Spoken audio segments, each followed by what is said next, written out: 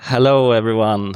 Really nice to be here. I've had a great time so far at the conference. I think a really nice conference, and so nice to meet game developers and talk about games, and also see all of these indie games. Been truly amazing, and I'm humbled to be here and speak a little bit more about game and game design specifically. Do we have any game designers in the audience? That's quite a lot. Nice, nice. Yeah, so this talk, Co-op Design of Split Fiction, I think, yeah, it seemed like many of you already had played some Hazelight games, but for those who are not familiar with Split Fiction, it released earlier this year in March, and is a co-op linear narrative game. I'm gonna, this is an overview of my talk. I'm gonna do an introduction of myself, and then we're gonna look at what makes a game a Hazelight co-op game. And then we're gonna break down co-op design into some categories and go through them, and then also talk about player abilities. And then a summary, and hopefully, if I don't go over time, some Q&A. So, my name is Pussel Widegren. Pussel means puzzle in Swedish, so I think my parents, they sort of set me on this path already from birth. From their perspective, I think it was more that they were like hippies and were like, Puzzle, that's a cool, strange name. But little did they know that I would become a game designer that designs puzzles for a living. I joined Hazelight in January 2022, when it was still the early days of Split Fiction production, sort of right after It Takes Two. For those who are interested in technical details, Split Fiction is developed in Unreal Engine 5, and we use something called AngelScript as our C++ compiler. In Split Fiction, my main responsibilities were 2 chapters of the game. One chapter, science fiction chapter, that was called Final Dawn, and chapter 5, Rise of the Dragon Realm. As you can see, it's pretty different vibes on these 2 images. We often say at Hazelight that we work on like multiple games in one game at the same time. And for me, it was really like working on the science fiction level, and the dragon level is essentially like working on 2 entirely different games, but still where we need some sort of cohesion. But this variety, for anyone who has played our games, knows that we really want to mix things up, always introduce new elements to our games, and it's something we really pride ourselves on. I'm gonna show a little trailer here that shows some of that variety in action. No audio, and I won't dub the sound effects, but yeah. You see, lots of things happening all the time in different environments, different gameplay.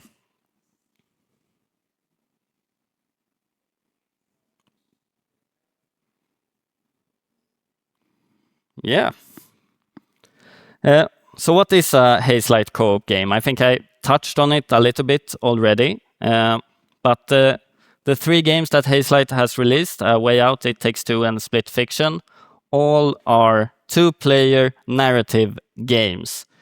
And I think many co-op games are not like, they don't force you to play with another partner. And I think that is sort of where we differentiate ourselves from other co-op games. You have to play it with someone else, and co-op is not just a feature, it is actually core to the experience and something that we build the games with from the ground up through the whole process. It's always about two players or two humans interacting with each other, going through a linear story. So let's break down co-op into some different categories. We have this is something we work with at Hazelight, that we categorize specifically in the design team. I think the other departments, they never want to hear about this. But we call it simultaneous co-op, step-by-step co-op, and parallel co-op. So what are these? Simultaneous co-op is essentially where the players are actively helping each other at the same time. So in this example, you can see one player is driving a car, the other player is shooting. And here in this raft section, both players are working with their paddles to move the boat forward. They're actively helping each other at the same time. Then we have something we call step-by-step co-op, and this is where you take turns in helping each other. So in this example, we see that they take turns in opening these shields for each others. And that, like a simple explanation of that could be that there's a locked door and there's a button on the ground. And then one player stands on this button, the door opens, now one player can go through, and there's another button on the other side of the door. Now that player stands on that, and now the other player can progress as well. That's a basic explanation of what step-by-step is. And then we have something we call parallel co-op, where players are active, they are playing the game, making inputs in the controller, but they are not required to help each other, and they can complete the section solo. And this is an example from Split Fiction, where it's just platforming. And this is the kind of co-op you will see in most games that doesn't require you to play together with a friend or another human being. You just traverse or you interact with the game at the same time, but you're not forced to interact with each other. A beautiful vista. Yeah. So the thing about all these categories is that when we design our levels and develop the game, we don't sit and like, oh, I think we would need some parallel co-op here, and here would be a perfect slot for simultaneous co-op. It's just those are the different variations that we've found in our co-op games. And the most important part here is that there's no right or wrong. I think the ambition in co-op should always be that the players that are playing are interacting and reacting with each other. We often focus on making the players talk to each other. And that is the core of a good co-op experience in my mind. And that doesn't need to be like a complex challenge or a puzzle. It can be like a goofy character enters and says something crazy, or there's a big explosion. Anything that makes the players interact and talk with each other, we feel is like good design. And even if we have a really good puzzle or section in the game, and we notice that the players aren't really talking with each other, then we try to elevate that and think like, how can we make them talk to each other about this moment in the game? So let's look at, wait, I pressed the wrong button. Yes, let's look at player abilities. This is for anyone that has played It Takes Two or Split Fiction, something that is very core to our design. Every level and chapter has new unique abilities per player. And we call these asymmetric abilities. What it essentially does is, I think there's a really good example from It Takes Two with the hammer and nail, if people remember that section. It's one player has a hammer, one player has a nail, and the nail is really nothing without the hammer, and vice versa. And you create this dependency with these abilities that you always need to rely on the other player. But this is, of course, also one of our absolute biggest design challenges. Because, yeah, you might... I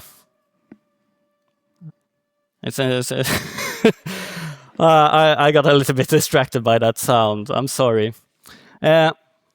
So why it's a big challenge is because since the players are interacting with the world and the levels in different ways, it becomes a situation where we build sort of two games in the same space at the same time always. Because one player has to interact in this way, one player has to interact in the other way. And also, we never want the players to feel that they are missing out. So, like, if you come up with a really cool mechanic, I don't know, a flamethrower or something, and this is really cool, but then the other player has, I don't know, a hammer. Then it feels like, oh shit, I'm missing out. You have a flamethrower. I only go around with this boring hammer. So one of the challenging tasks in that is always creating that the ability should be equally as fun, and it's really, really difficult. And I would say we don't always succeed in this field, and it's something we always try to improve on. But it's also a topic that we're gonna go deeper into now. So there is a section in Split Fiction in Rise of the Dragon Realm where the dragons have grown. They're not in their full form yet. We call this the teen dragon abilities. And we actually faced a lot of challenges designing this section. But first, let's just recap a little bit what this chapter is about. So, in the start of the chapter, both players get dragon eggs. And you take these dragon eggs and you sort of complete different challenges and puzzles with the eggs, like magically powering things. But after... Wait, sorry. Yeah, they hatch and they become like these cute baby dragons. And now you get different abilities. So we see Mia on the left side here, she can glide with her baby dragon. And Zoe on the right can climb. And then in the teen dragon phase, they get upgraded even more. You can glide longer, you can climb more in free form, essentially upgraded. And we've also added a new ability set. And in the very last section of the level, they are full as dragons, as my boss Joseph describes it. And you fly around and kick ass. So in this chapter, it is sort of divided into 4 different sections with 4 completely unique ability sets, but themed around the dragons. And the teen dragon section marked in pink here, that is by far the biggest section of the level, with the most gameplay meat in it. So we have Mia on the left, she can glide, and Zoe on the right, she can roll a little bit like Sonic or something like that. And gliding is like context-wise, it's really cool to just glide. And and it's a bit odd to roll, I think, but it's a lot more gameplay involved mechanic. You have to make, only in this section you can see that the rolling dragon actually has to take more decisions, be more active, constantly inputting with the control stick and jumping, while the gliding dragon sort of just soars over this. This is also, I think this video clip is a good illustration of showing that we often are making two different games in the same space, since they traverse the area in so different ways. The abilities are also meant to represent the characters. Mio is sort of the more cool, edgy character, a bit more closed off. So it fits her pretty well to be this majestic gliding dragon, whereas Zoe is the more like quirky, bubbly character that has more of this silly ability. Let's go deeper into Zoe's roll ability. What can it actually do? So Zoe's ability, it can like destroy these crystals that are in the level, but it can also interact like physically with many objects in the world, and it has a very dynamic nature to it. Like if you feel that something can be impacted by force, she can probably interact with it. It's a really good ability for a designer because it's so freeform, and you basically have no limitations in what you can create for this character when it comes to puzzles and challenges. But if we instead look at Mio's acid ability, it is the dragon can shoot acid. We thought fire, that has been done too much, and ice has been done too much. So we were like, okay, a dragon that shoots acid, that's cool. And this acid can melt like metal objects in the world, but it's not a very free form or dynamic ability. If we compare it to Zoe's rolling, this is very static. There's a metal object, I can melt it. So what kind of gameplay do we get from this combination of abilities? Let's see. Here we go. One thing we get is combat. So it works really well for that. We have these enemies with like a metal shell and like a crystal interior. And then it creates this step-by-step co-op where Mio is melting the metal around things, and so we can sort of smash and interact with what is beneath it. We already touched upon it, but both of these abilities are pretty good for traversal. Gliding and rolling works really well to just make platforming sections. And another thing that we call nuzzles, which essentially means not a puzzle. And this is actually something that we figured out during the process of making Split Fiction, that with a destructive ability as Mio's Acid Dragon, it's really hard to make puzzles because there's no real natural resetability to something that is destructive. You can think of maybe like in a game like Zelda with the bombs, you blow up a wall. Now that wall is gone. It's like it's not a choice really. Whereas Zoe's ability works for that, but their combination were a lot better for nuzzles, which are more like different challenges and interactions you do with your abilities, but there's no element of like figuring something out. And I've already gone ahead a little and talked about the issues with this. Yeah. So, as I said, there's no figuring out. If you melt a thing, it will always be melted. And of course, you could have some sort of thing of where metal regrows, or there's conveyor belts with metal or something to have it resettable. But we always found those interactions kind of constrained. And I realize I've jumped ahead in my thought process here a little bit, but I'm gonna reiterate again. The destructive mechanic is like, I would rarely recommend creating an ability that is destructive.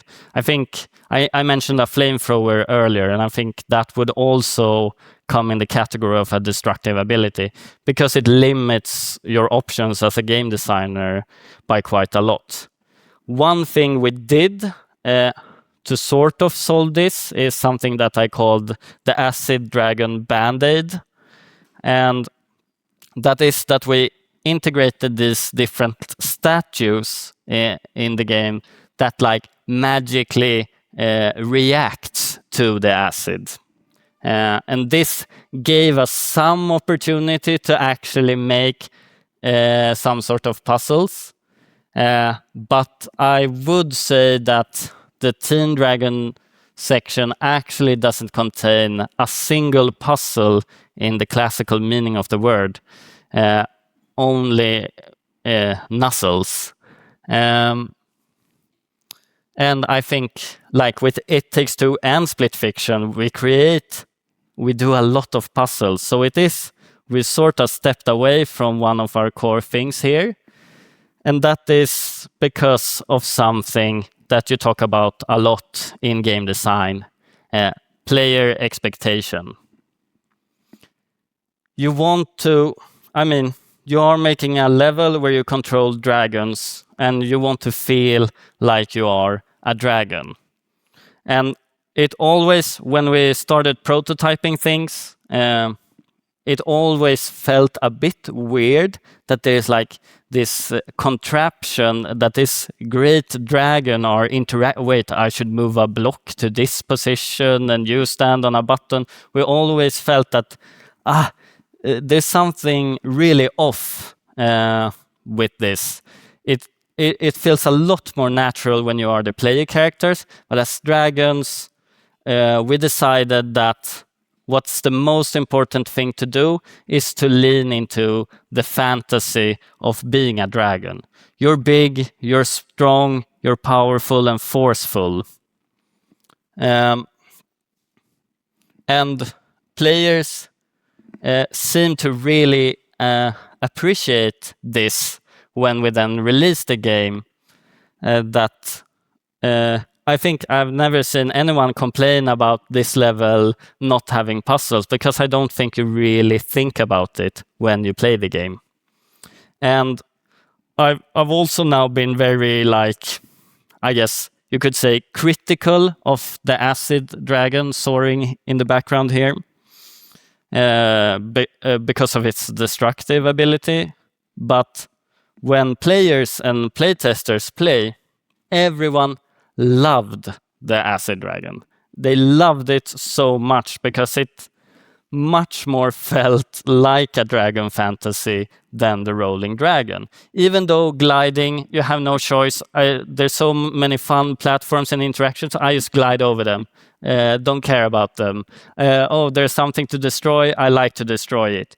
And I think this is a lesson that we really took with us, because in my game design brain, I always felt like, the acid dragon is such a problem, such a boring character. Okay, not that extreme, but I thought like, yeah, we really have problems with the acid dragon, because there's so much more things you do and how active you are with the other dragon. But it turns out it doesn't matter at all, because it is all about the fantasy. I want to be a dragon, I want to fly, I want to destroy things. that is what player expects, that's what player wants, and that's what a dragon does. And I think also, the reception has been surprisingly great for the dragon level. If we look at the other level that I designed, of course, with the team, I'm not alone in designing any of these things. So we're a big team, and everyone is, of course, involved. But in the final Dawn abilities, where one character is red and one character is blue, I think we actually created some of the smartest co-op abilities that we have in the game, because it constantly requires communication, timing, discussion, and it was good for combat, it was good for traversal, it was good for puzzles. We could essentially do anything we wanted with these abilities. And I think on our early tests, where stuff isn't as arted or as polished or look good, I think this level was often rated incredibly high by playtesters when the world wasn't as alive. But as we came closer and closer to the finish line and the dragons became more and more beautiful, this level sort of dropped down in the ratings. And I think it was because it was a really fun, like Super Mario, whatever you would call it, level. But the fantasy is not as strong here. It is actually, if you think of the context, pretty weird. Why would there be a facility that has this red and blue interactions and do all these things? So it didn't fulfill a fantasy in the same way. So I'll summarize a little bit. Hope I didn't talk too fast or too confusing, but a summary of what we talked about now. Hazelight co-op. Co-op is not a feature, it's the core of the game. Our games is about two players actively collaborating. Whatever the type of co-op, make it a shared experience. Asymmetric abilities drive collaboration. Each player has unique powers that forces them to rely on one another. And then don't force puzzles where they don't fit, and always lean into the strengths of the fantasy of what your game is trying to create. Is it a dragon? Try to make it feel like you are a dragon. And this is something we really took with us in the design department after Split Fiction. We're of course very humbled and happy about the great reception we've got, but we still feel like we can do this better, and we can do everything better if we really think about the context and what we're trying to achieve with each ability, and this puzzle design, game design, and everything.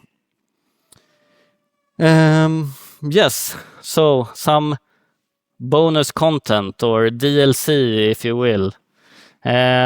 Some quick tips before we go over to questions is do quick as possible prototyping. Maybe this isn't new for any designers here, but I still want to talk about it. Like, think of your idea and what is the simplest form I can produce this idea without having too much to it. Can I convey my idea with just different cubes moving around, and then see, where is the potential, what is the problems? And this one that I think is really important, test constantly. I know as I like design a level or something, that maybe when I play it very nicely. I avoid all the jagged collision. If I'm supposed to aim at a target, I do it from the exact platform where I intended to aim for it.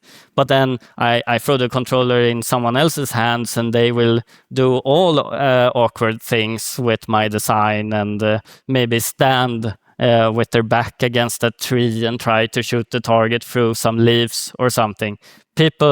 It's always a bit crazy when you let someone else play your stuff. So do that all the time. And we do it every day in the design department. And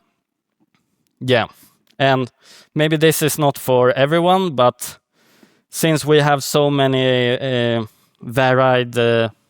so much variation, we really need to keep everything as simple as possible. Sometimes it might seem really fun with super advanced rotating platforms where you have to do the perfect jump or something. But in the end, it doesn't bring much to a narrative experience if someone gets stuck and is not there. And I think, and the last thing, and then we go to questions. Iteration. Just iterate all the time, test and iterate, and that will give you a great game. Thank you so much for listening to my talk.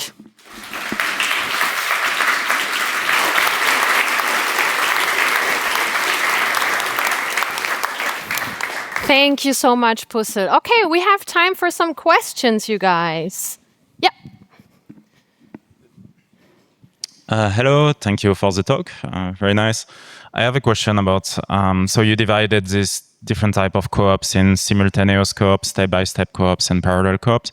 If you have maybe general tips or, I don't know, benchmarks about how you pace or balance those type of co-ops with each other. Maybe if you design a level, you think, okay, it's going to have 50% of simultaneous co-op, like 25% of parallel and step-by-step. So, yeah. Yeah, it's a really good question, but also a difficult question to answer. I think it's really almost a feeling thing. But one classic thing that we do is that if we've done an especially hard challenge, like a boss or some difficult platforming or something, then we try to have the moment right after that a bit more calmer or less dependent on each other. And so the presenter mentioned earlier that she had been in fights with her friend in the game, and there are people are fighting each other when playing this game. It really tests your collaboration. I met this guy earlier this year that thanked me a lot because he divorced his wife because of this game. Okay. And so if we've had a especially cruel challenge, we try to bring the pace down so they can relax a little bit to become friends again, and then we hit them again. I hope it answers your question. Thank you. I'm also not with the guy anymore who I played A Way Out. So, but it's not because of the game. All right. All right. So first of all, congratulations for destroying so many relationships. Good job. Thank you. But something that struck me as very interesting. You said that as a designer, you were worried about the acid dragon during the flying level not having enough interactions. Yeah. Something that struck me watching those little gameplay clips and you saying that people really loved playing it. I think there's a very interesting conscious element when you realize, okay, the other person has to interact with all that shit. I don't. Yeah. I can just ignore this. I can fly. Yeah. And I think that's something that in terms of design is very difficult to account for until you have this kind of playtest. Have you encountered this in any other areas of game design where you realized that the choices a player is not taking because someone else is already doing it are what makes it interesting for them? It's a really good observation, I think, and I don't. Nothing comes to my mind right now where I've encountered it, but it's definitely, I think, as a designer, you can sort of fall in love with your puzzles and interactions and think they are the most fun and amazing thing in the world.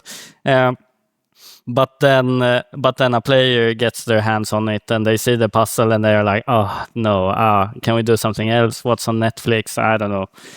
So I think it's really a balance always to keep the players entertained but never overwhelm them. But it's a really interesting observation. I'll think about it more and see if I come up with something. Right. We still have time for questions. And then I come to you in the front. Instead of getting a divorce over It Takes Two, my wife and I decided to play another game instead. But my question is, a lot of your abilities come with a strong sense of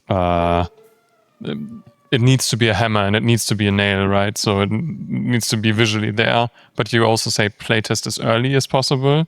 So at which point and which degree of polish would you start playtesting abilities with external playtesters, even though it might not be there yet visually? Yes. I think we start... I'm not sure compared to other studios, but we start external testing, not maybe the hugest tests, but something like maybe like 7 months into production or something, and then stuff can look really rough. But if you for those that missed the talk that my colleague had earlier, we work incredibly close with the design works really close with the art department always. So even our like very early prototypes actually look really good, I think. Yeah, some bragging. Okay. Maybe a question for A Way Out or the way after that. I noticed that in A Way Out you did a lot of like focus shifting with the two players. Yeah. Like the aspect ratio would change and the focus would shift. And I noticed that you don't really do that in your newer games anymore. Yeah. Could you maybe explain why you don't do that anymore? Yeah, I think it's a great question, and I really liked it in A Way Out with all of like the different, almost like a cinematic feel to everything. We worked really hard on cinematography in that game. But I think why we have moved away from that is because our games are more design focused right now. We really focus on the gameplay, whereas A Way Out was a lot more focused on the narrative part of it. We're not against doing those things now, but we try to make it the best experience for the players, and that's why we sort of shifted away a little bit from that. Yeah. All right, one last question over there. Could you pass the mic? That would be super, thanks. Hello, thank you for the talk. Thank you. My question is, have you ever in the during the design of the game had maybe a level or a mechanic that just felt so different from the rest of the game that it just doesn't feel good and maybe is too unintuitive or something? Yeah, many. many, yeah. There are, of course, lots of things that are not in the released game that we've tested. Some things we took further, some things we kill when they're young. Yeah. Oh, I'm here. Hi. I switched sides. All right. Cool. Guys, you'll be around, Pussel, right? Yeah. I'll be around. Okay. So if you have any questions, just ask him. He'll be around. Thank you so much. This is your applause. Thank you.